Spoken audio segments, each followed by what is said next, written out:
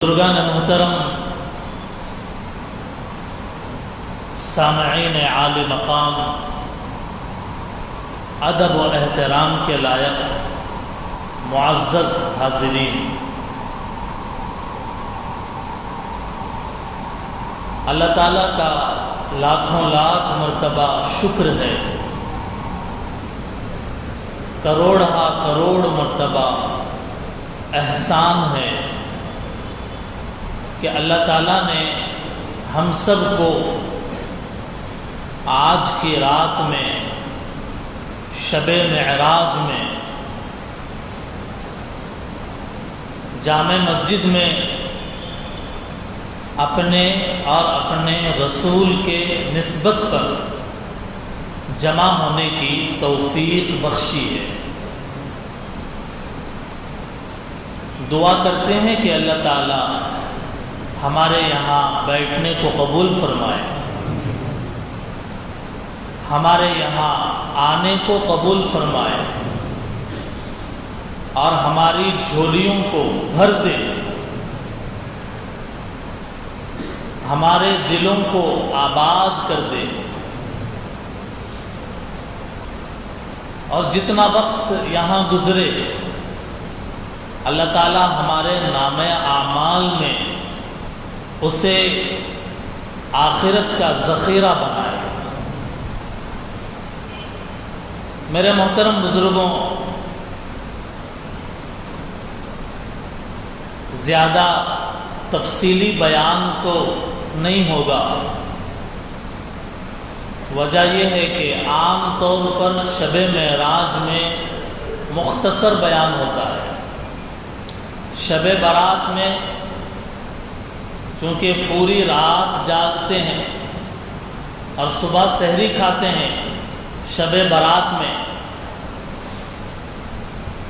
جو 7 یا 8 مارچ کو شب برات ہو سکتی ہے،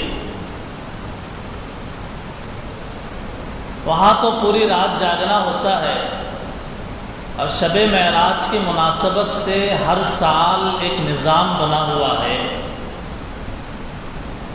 کہ عشاء کی نماز جماعت کے ساتھ پڑھ کر، قرآن کی تلاوت سن کر، نبی صلی اللہ علیہ وسلم کی نعت کو سن کر کچھ دیر اللہ کے نبی صلی اللہ علیہ وسلم کے واقعہ معراج اور اس کے کچھ پہلوؤں کو بیان کیا جاتا ہے۔ سچ پوچھئے تو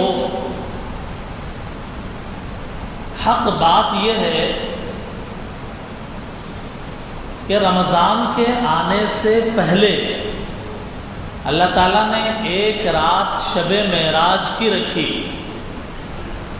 اور ایک رات شب برات کی رکھی، اور درمیان میں تقریباً 17-18 دن کا فاصلہ شب معراج میں اور شب برات میں، تقریباً 17-18 دن کا فاصلہ، اور شب برات کے 15 دن کے بعد رمضان کا مہینہ شروع ہو جاتا ہے۔ تو یہ بات سوچئے، آپ غور کیجئے کہ اللہ تعالی ہم کو رمضان کے لیے تیار کر رہے ہیں،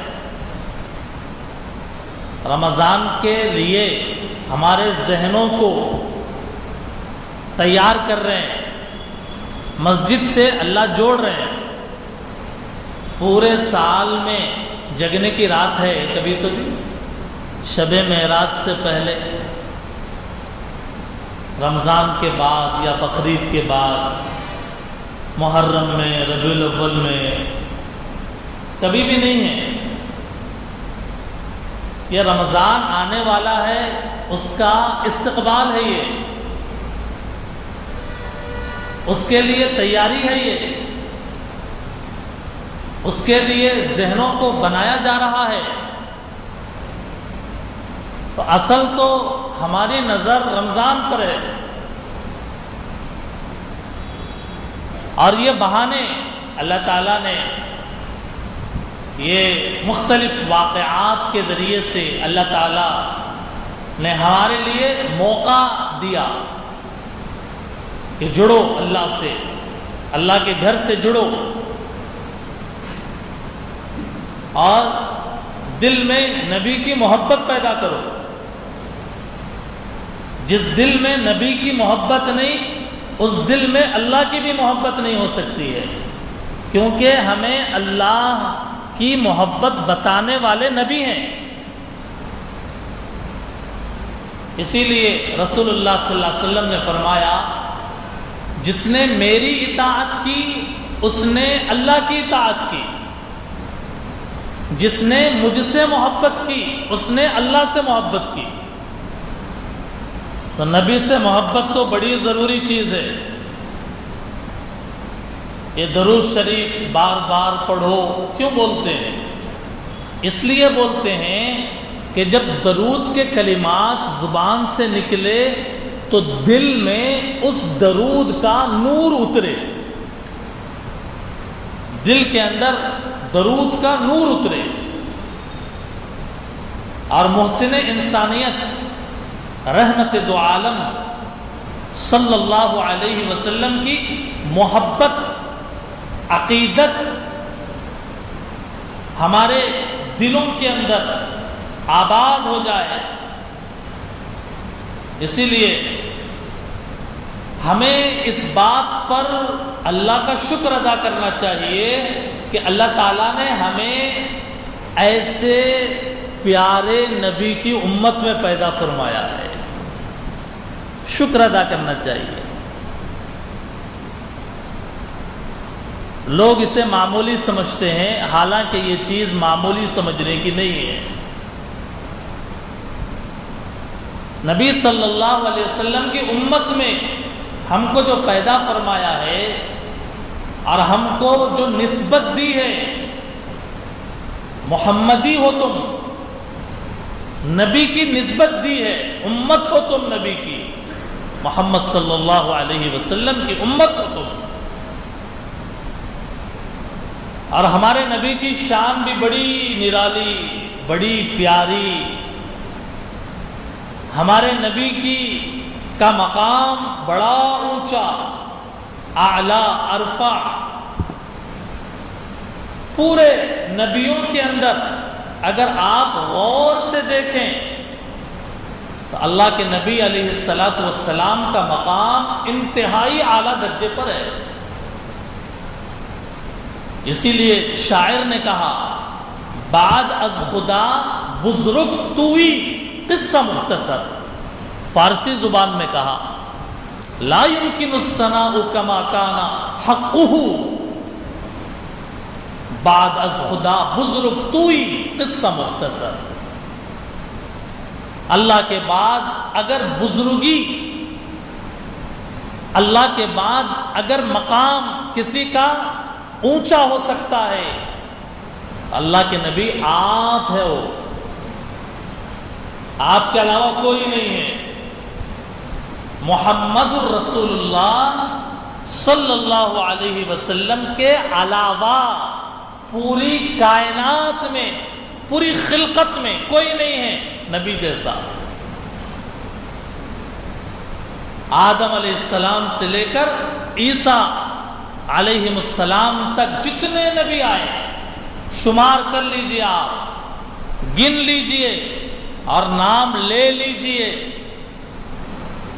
کوئی نبی اس شان سے نہیں آیا جس شان سے میرے اور آپ کے آقا دنیا کے اندر آئے ہیں۔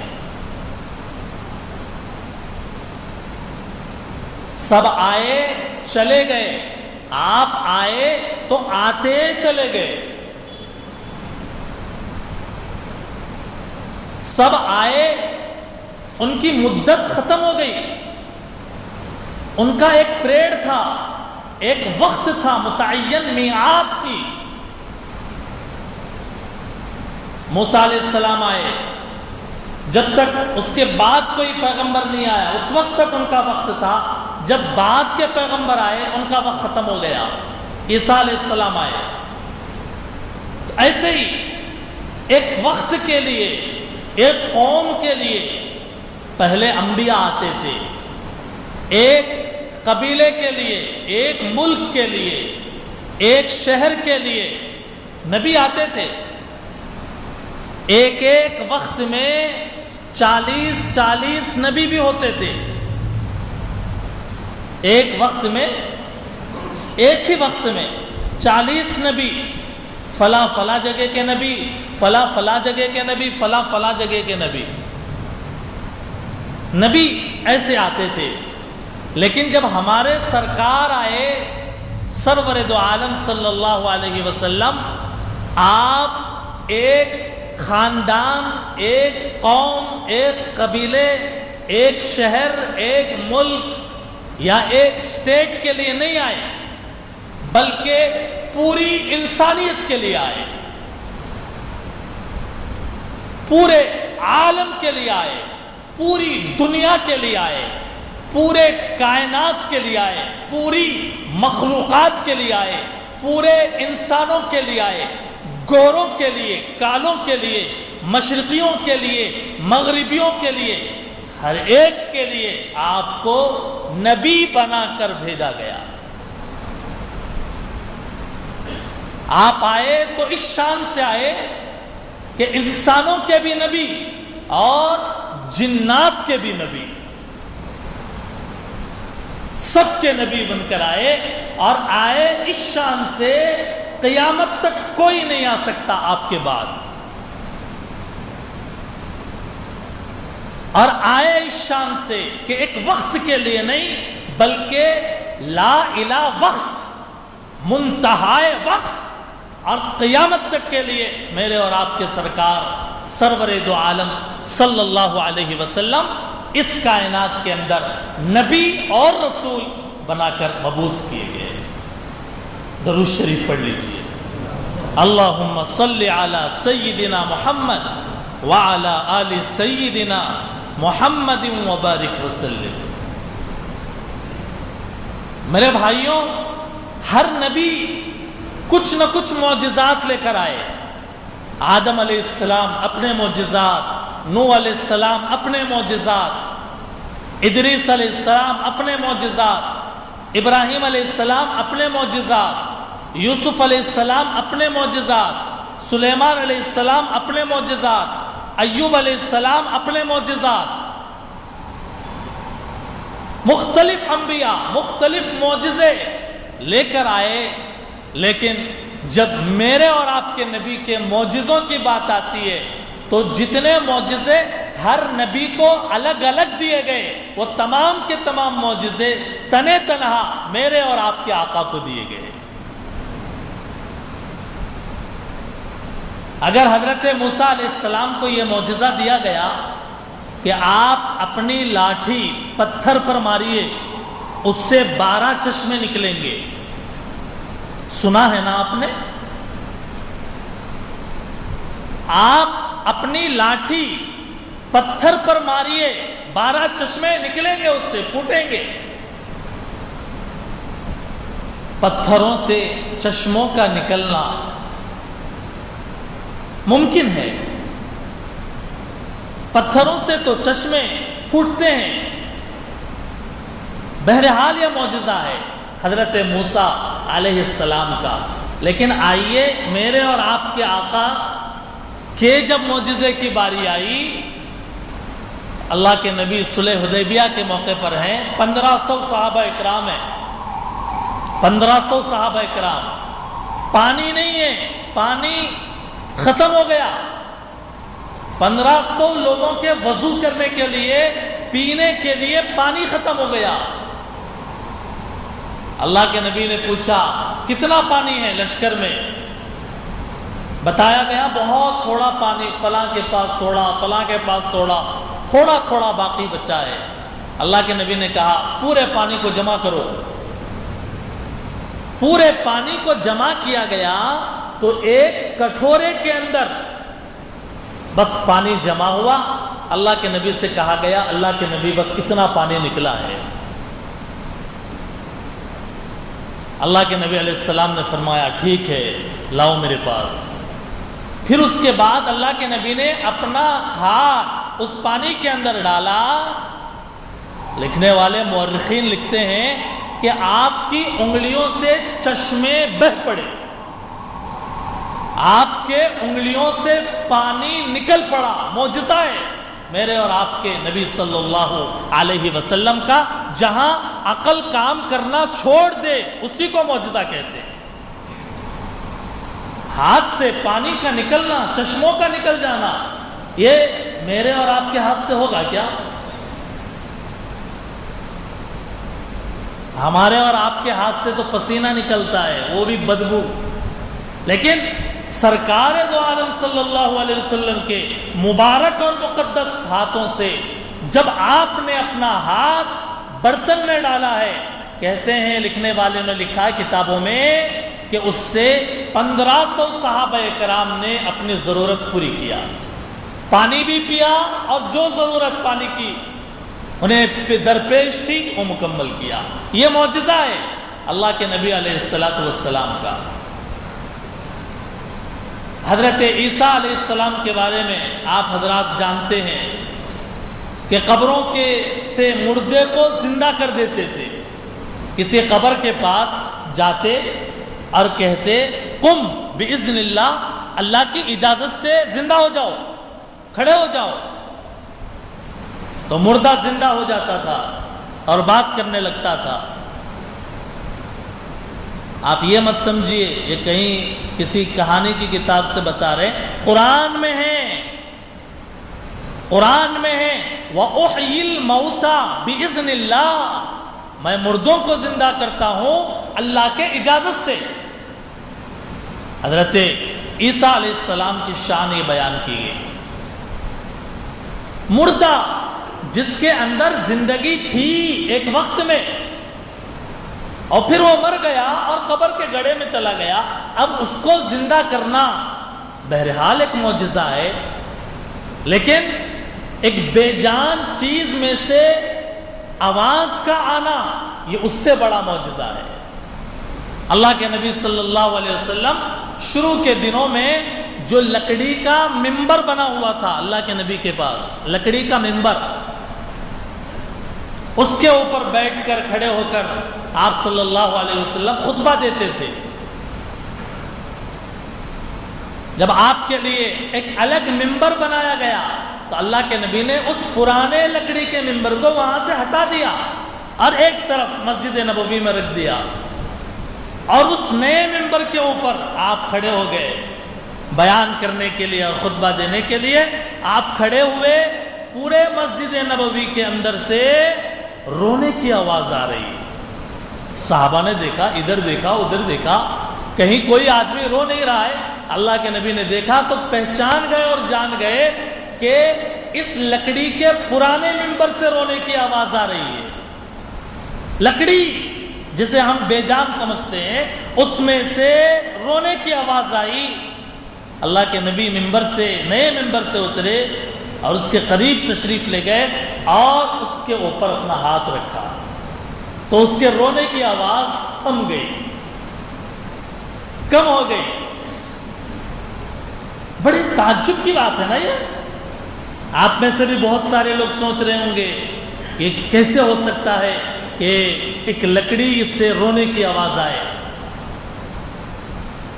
لیکن ہے، اور اسی کو معجزہ کہا جاتا ہے۔ اللہ کے نبی صلی اللہ علیہ وسلم کے پاس ایک ملعون آیا، ابو جہل۔ ابو جہل آ کر کہنے لگا محمد میرے مٹھی میں کیا ہے بتاؤ، بتا سکتے ہو میرے مٹھی میں کیا ہے؟ اللہ کے نبی صلی اللہ علیہ وسلم نے فرمایا تیرے مٹھی میں کیا ہے وہ بتانا اتنی بڑی بات نہیں ہے، بلکہ میں اس سے بھی بڑی بات یہ بتاؤں گا کہ جو تیری مٹھی میں ہے اگر وہ کلمہ پڑھنے لگے تو کیا تو میرا کلمہ پڑھے گا ابو جہل؟ تیرے مٹھی میں کیا ہے وہ بتانا کمال نہیں ہے، کمال یہ ہے کہ تیرے مٹھی کے اندر جو کچھ بھی ہے اگر وہ کلمہ پڑھنے لگے تو کیا ابو جہل تو کلمہ پڑھے گا؟ ابو جہل یوں تلملا گیا اور مٹھی کے اندر کی کنکریوں سے آواز آئی، لا الہ الا اللہ محمد رسول اللہ۔ اللہ کے نبی کی شان نرالی، آپ کے معجزات نے پڑھیے، لوگ پڑھتے نہیں ہیں، سیرت کی کتابوں کا مطالعہ نہیں کرتے۔ جلال الدین سیوطی رحمۃ اللہ علیہ نے خصائص الکبریٰ لکھی ہے، امام ترمذی رحمۃ اللہ علیہ نے شمائل ترمذی لکھی ہے، حضرت مولانا ادریس صاحب کاندھلوی رحمۃ اللہ علیہ نے سیرت المصطفیٰ 3 جلدوں میں لکھی ہے، علامہ شبلی نعمانی نے رحمۃ اللہ علیہ نے کتاب لکھی ہے، مولانا ابو الحسن علی میاں نجوی رحمۃ اللہ علیہ نے کتاب لکھی ہے، نبی رحمت لکھی ہے، سیرت ابن ہشام لکھی ہے۔ اللہ کے نبی صلی اللہ علیہ وسلم کے زندگی پر عربی میں، فارسی میں، اردو میں کتابیں لکھ دی۔ سارے لوگوں نے کہ یہ میرے نبی کی سیرت ہے، صورت ہے، دیکھو، پڑھو، معجزات کو دیکھو، اپنے ایمان کو تازہ کر لو۔ بہت سارے معجزات وہ جو بخاری کے اندر بیان کیے گئے، مسلم کے اندر بیان کیے گئے، بڑی بڑی صحاح کی کتابوں کے اندر بیان کیے گئے ہیں۔ اللہ کے نبی کے معجزات میں معراج بڑا معجزہ ہے۔ اللہ کے نبی صلی اللہ علیہ وسلم کے معجزات کے اندر سب سے بڑا معجزہ اور سب سے بڑے معجزوں کے اندر اگر شمار کیا جا سکتا ہے، معراج النبی صلی اللہ علیہ وسلم کا بہترین گویا معجزہ ہے۔ بخاری شریف کی شرح لکھی ہے حافظ ابن حجر رحمۃ اللہ علیہ نے، فتح الباری عربی میں ہے اور اس کے اندر لکھا ہے اور تحقیق لکھی ہے کہ اللہ کے نبی کو معراج کی نعمت کب ملی، تاریخ کیا ہے، مہینہ کون سا ہے۔ بخاری کی اس شرح فتح الباری کے اندر 10 روایتیں نقل کی ہے ابن حجر رحمۃ اللہ علیہ نے، 10 روایتیں، ہجرت سے پہلے، 2 سال پہلے، 3 سال پہلے، 2 سال 4 مہینے پہلے یا 2 سال 5 مہینے پہلے، 10 روایتیں ہیں اور مہینوں کے اندر بھی اختلاف ہے۔ اللہ کے نبی صلی اللہ علیہ وسلم کو معراج کون سے مہینے میں ہوا، وہ بھی ایک اختلاف روایات کا ہے، تاریخ کے۔ اور ان میں سے ایک روایت یہ 27 رجب کی رات کی بھی روایت ہے، اور امت کے اندر یہ چیز اتنی مشہور ہوئی کہ گویا یہ رات پوری امت میں متعین کر دی گئی۔ حالانکہ روایات اور بھی ہیں کہ دیگر مہینوں میں یا دیگر راتوں میں بھی اللہ کے نبی صلی اللہ علیہ وسلم کو معراج کی دولت نصیب ہوئی ہے۔ اور یاد رکھیے، معراج کی جو نعمت نبی صلی اللہ علیہ وسلم کو ملی ہے، اس سے پہلے نبی صلی اللہ علیہ وسلم پر مصیبتوں کا پہاڑ ٹوٹا ہے، مصیبتوں کا پہاڑ ٹوٹا ہے۔ 10 سال تک مکہ المکرمہ میں اللہ کے نبی صلی اللہ علیہ وسلم کو ستایا گیا۔